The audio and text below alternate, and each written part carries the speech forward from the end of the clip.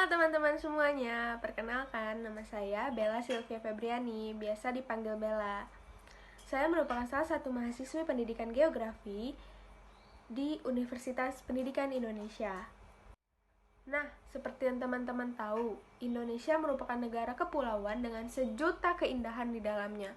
Tapi ternyata Indonesia menyimpan salah satu bencana besar, yaitu kenapa sih Indonesia bisa mengalami tsunami? Nah, salah satu penyebab terjadinya tsunami di Indonesia adalah karena Indonesia terletak di wilayah Pacific Ring of Fire, yaitu daerah pertemuan lempeng-lempeng yang ada di bumi, yang kemudian menyebabkan adanya deretan gunung api dan juga gempa bumi, yang kemudian gempa bumi tersebut menyebabkan longsoran di dasar laut. Nah, seperti yang sudah dijelaskan sebelumnya, kali ini berikut adalah beberapa hal yang akan kita bahas dalam apa sih tsunami itu sebenarnya? Nah, tsunami sebenarnya berasal dari dua kata bahasa Jepang, yaitu su yang berarti pelabuhan dan nami yang berarti gelombang. Secara harfiah, Tsunami sendiri merupakan gelombang laut yang terjadi akibat adanya deformasi secara vertikal di dasar laut secara tiba-tiba. Adapun penyebab deformasi ini sendiri adalah gempa, letusan gunung api, ataupun longsoran di dasar laut. Tsunami sendiri mempunyai panjang gelombang dan periode gelombang yang sangat besar. Seperti yang sudah saya jelaskan tadi, tsunami di Indonesia dibangkitkan oleh tiga hal. Yang pertama, gempa bumi sebesar 91%, letusan gunung api sebesar 8%, dan juga longsoran dasar laut. Contoh dari tsunami yang disebabkan oleh sumber letusan gunung api yaitu tsunami Krakatau pada tahun 1883. Tsunami yang terjadi karena gempa, salah satunya adalah tsunami Aceh pada tahun 2004.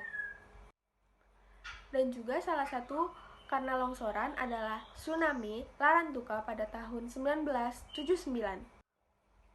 Dapat dilihat pada peta indeks ancaman bencana tsunami di Indonesia terdapat 3 warna di dalamnya. Adapun warnanya adalah warna hijau yang berarti tingkat ancamannya rendah, warna kuning yang berarti tingkat ancamannya sedang, dan warna merah yang berarti tingkat. Dapat dilihat pada peta indeks, zona hijau berada di bagian wilayah timur Sumatera, utara Jawa, hampir seluruh pulau Kalimantan, dan sedangkan untuk zona kuning berada di daerah bagian tengah Pulau Sumatera, Jawa, dan Sulawesi, serta timur Kalimantan.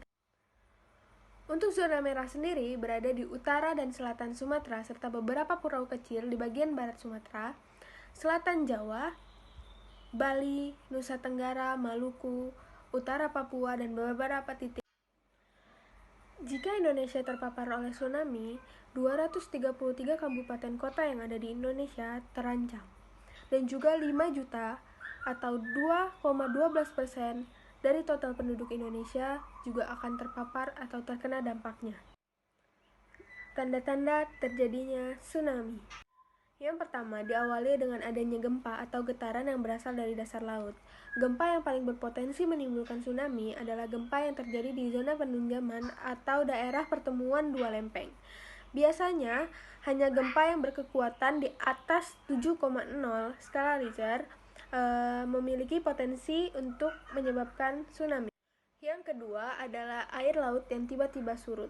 Yang ketiga adalah terdengar suara gemuruh dari arah laut. Proses terjadinya gempa. Yang pertama, terjadi gempa di titik lempeng bumi.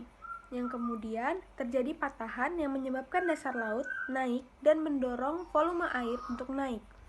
Kemudian, gelombang dari bawah laut bergerak dengan cepat dan tinggi. Kemudian, air laut terhisap dari bibir pantai. Dan yang terakhir, terjadi gulungan gelombang yang besar yang Selanjutnya adalah upaya mitigasi. Yang pertama adalah identifikasi.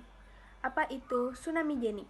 Tsunami genik ini sendiri adalah suatu kegiatan di alam yang berpotensi untuk menimbulkan tsunami. Kejadian tersebut berupa terganggunya air laut oleh kegiatan-kegiatan seperti kegiatan gunung api, gempa bumi, longsoran pantai dan bawah laut, dan sebab yang lain. Yang kedua adalah melakukan pemetaan zona rawan tsunami. Yang ketiga adalah melakukan sosialisasi baik ke masyarakat ataupun anak-anak sekolah. Yang keempat adalah tanggap darurat tsunami. Tidak lupa juga untuk memasang teknologi atau sistem peringatan dini tsunami di laut. Sistem peringatan dini tsunami di laut ini sudah ada dan sudah diterapkan di Jepang.